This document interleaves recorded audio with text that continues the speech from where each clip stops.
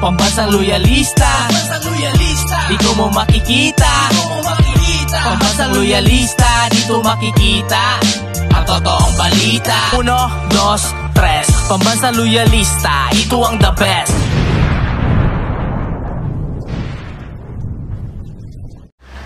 Masayang araw po, mga ka-PL. Naglabas na po ng pahayag si Congressman Paulo Pulong Duterte. Mariin niya pong tinututulan. Etong kumakalat ho ngayon na People's Initiative. At ayon pa kay Congressman Duterte, mga ka-PL, Dabaweños is not for sale. Dugtungan ko yung sinabi niya. Hindi nababayaran ang prinsipyo naming taga Davao. O ito po ang sinabi.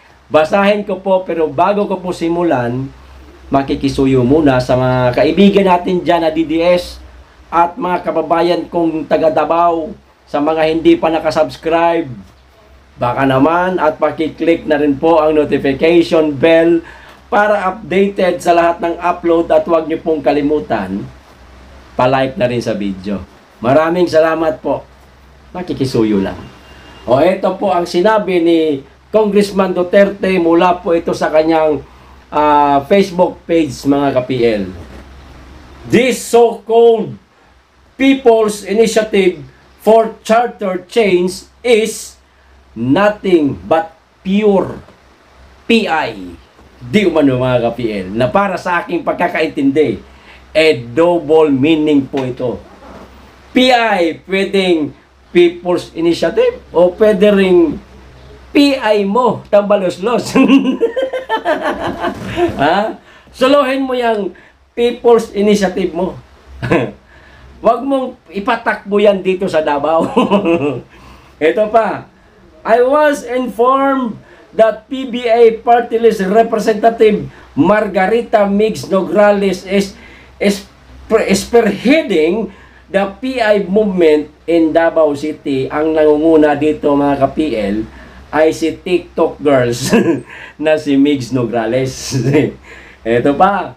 I am against this People's Initiative as this is not the people's voice but the voice of a few who wanted to perpetuate themselves in power. Walang iba, mga ka-PL, kundi si tambalos-los. So, ito.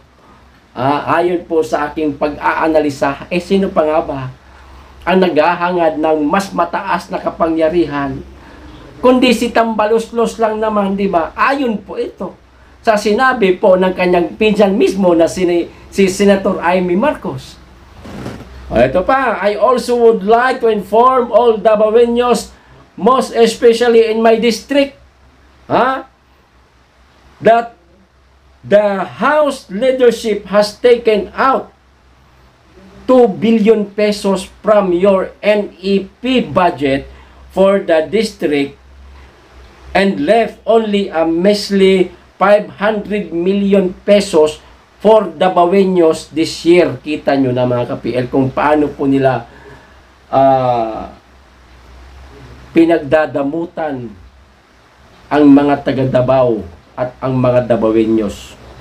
Mula po sa 2 billion pesos, bumaba po, naging 500 million pesos na lamang po para sa mga Davaoeños, mga ka-PL, sa buong taon po ng 2024. Kawawa naman po. Bakit ganon? Masyado po nilang pinag-iinitan kami, mga taga Davao. Ano nangyari sa iyo, tambalos-los? Mr. President, tahimik pa rin kayo. Totoo bang magiging Prime Minister talaga si tambalos-los? Kaya ngayon pa lang pinapractice mo na sunod-sunuran ka sa kanya, Mr. President Marcos? Ha? At totoo lang, pwede ko kayong hindi tawaging Mr. President kasi nag-withdraw na po ako ng suporta sa inyo eh.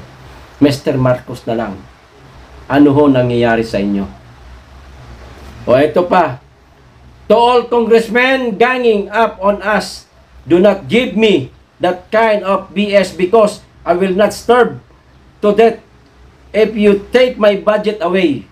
Oh, Ang kawawa is yung mga Dabaweños na bumoto kay BBM. Nabudol, mga ka-PL, ang aking mga kababayan, ang aming mga kababayang Dabaweños.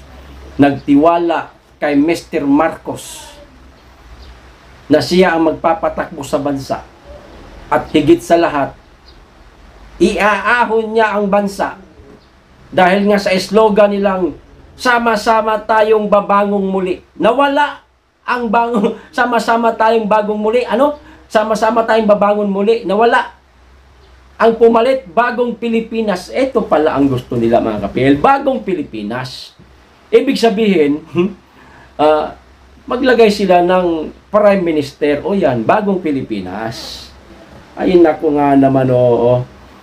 Ito pa, I also heard from reliable source that even the senators are explicitly requested to refrain from putting project in my district. Kita nyo na? Pinagkaisahan. Kawawa po itong mama, mga ka-PL. Hindi ako luluhod sa inyo para magbigay ng proyekto lalo na at may 30% pang kinuha o kinukuha ang isang peking Panginoon. Walang ibang peking Panginoon, kundi si Tambaluslos pa rin. Isip ka, Tambaluslos. May katapusan din ang lahat. Tandaan mo to. Natatapos din yung paghahari-harian mo. Tandaan mo, bilog ang bola, bilog ang mundo, Tambaluslos.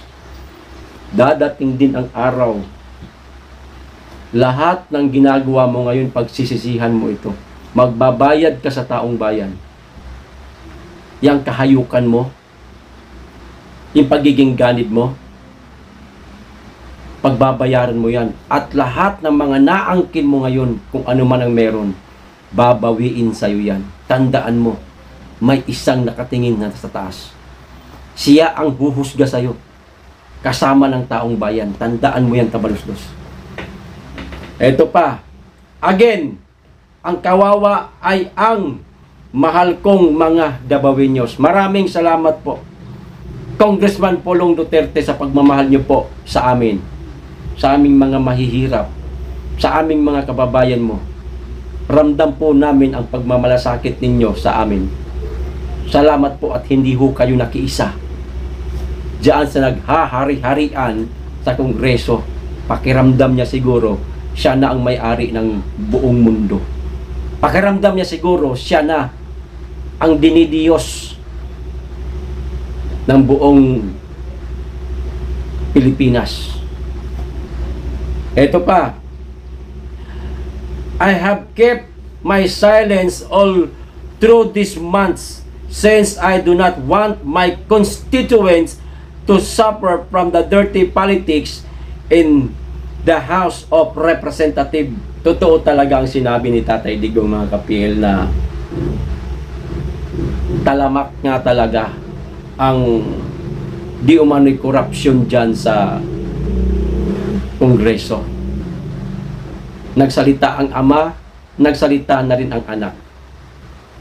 Ito pa, to all Dabaweños, do not sell your soul for a mere 100 or 10,000 pesos in exchange for your signature. Buti sana kung umabot ng 10,000 pesos. Sabihin natin pinakamalaki, 500. Yung mga kababayan namin hindi nalalaman ito. Etong kagustuhan nila, mabubudol na naman nila. Nabudol na po tayo, mga kababayan, mga ka-PL. Nabudol na po ang sambayan ng Pilipino ni Marcos. Magpapabudol pa ba tayo sa pangalawang pagkakataon? Mga kababayan, makikisuyo ako, mga ka-PL. Pakishare nyo po itong content na ito para malaman po ng ating mga kababayan na binibili po ang kanilang pirma para lang maisakatuparan po itong charter change na gusto nila at maging Prime Minister itong yawa na buayang ito. O ito pa, If you want to follow the minions of the person dreaming to be great in Congress to perdition, that is your choice. Huwag naman sana madamay ang aming mga kababayan dito sa Davao. Diba, nung isang araw, na-content ko na po ito mga ka-PL, nasabi ko po sa inyo na nakarating na po sa lugar namin. Bago pa man po naglabas ng pahayag si Congressman Pulong Duterte, kinatok po ako dito ng aking biyanan. May bit-bit po na papipirmahan di umano, galing po sa barangay. Sabi ko, huwag kayong pumirma. Pinaliwanag ko sa kanila. Buti na lang po at nakinig din sila kahit paano, nabawas-bawasan. Kaya kayong mga nakakaalam, pakishare nyo po itong video ito mga ka-PL. Pakishare nyo po para malaman po ng ating mga kababayan. Hindi pa po huli ang lahat. Kaya pa po natin ito. O ito pa o. Davaoeños are not for sale. Higit sa lahat, hindi nila kayang bayaran ang prinsipyo natin. Kaya nga ako umalis. Sa grupong kinaaaniban ko noon, na ang propaganda o ang gustong gawin ay sirain ang mga Duterte at pabanguhin itong buhaya na ito. Hindi Hindi ako ganun Na samantalang pwede kong gawin yun. Kapalit ng pera. Magkano ibibigay nila? Hindi. Umalis ako. Dahil prinsipyo ang pinangahawakan ko. Hindi naman ako nagugutom. Marami namang gulay-gulay dito sa paligid namin. Nakakahingi naman kami ng mga gulay sa kapitbahay. Higit sa lahat, kahit paano, may inaani naman kaming palay na pinagsasaluhan namin hanggang sa dumating ulit ang anihan. Yan. Kaya hindi ko kailangan yan. Yung mga taong naghahangad ng bayan, bayaran sila para magsalita sila. Sirain yung isa, pabanguhin yung isa. Gutom ang sikmura na mga yan. Benta kaluluwa mga yan. Maawa kayo sa bayan, mga vlogger na yan lang ang gusto ninyo. Okay, sabihin natin, Duterte pa rin ako. Tinanggap ko lang yung bayad nila sa akin, pero ang totoo, nakasuporta pa rin ako sa Duterte. Nasan ka ngayon? Anong grupong kinaaaniban mo ngayon? Ano ang inuutos sa inyo? 'Di ba? Sirain yung isa, pabanguhin yung isa. Suporta mo lang naroon. Pero ang ginagawa mo, walang pinagkaiba. Sa may gustong sirain talaga ang mga Duterte. Yan ang inalisan ko sa kanila, mga ka-PL. Ano ho ang masasabi ninyo? Uulitin ko, mga ka-PL, mga kababayan, pakishare nyo po para malaman po ng ating mga kababayan ito. Hanggang dito lang po. Maraming salamat po sa inyong lahat. Mag-iingat kayo lagi. Higit sa lahat, mahalin po natin ang Pilipinas. Be blessed.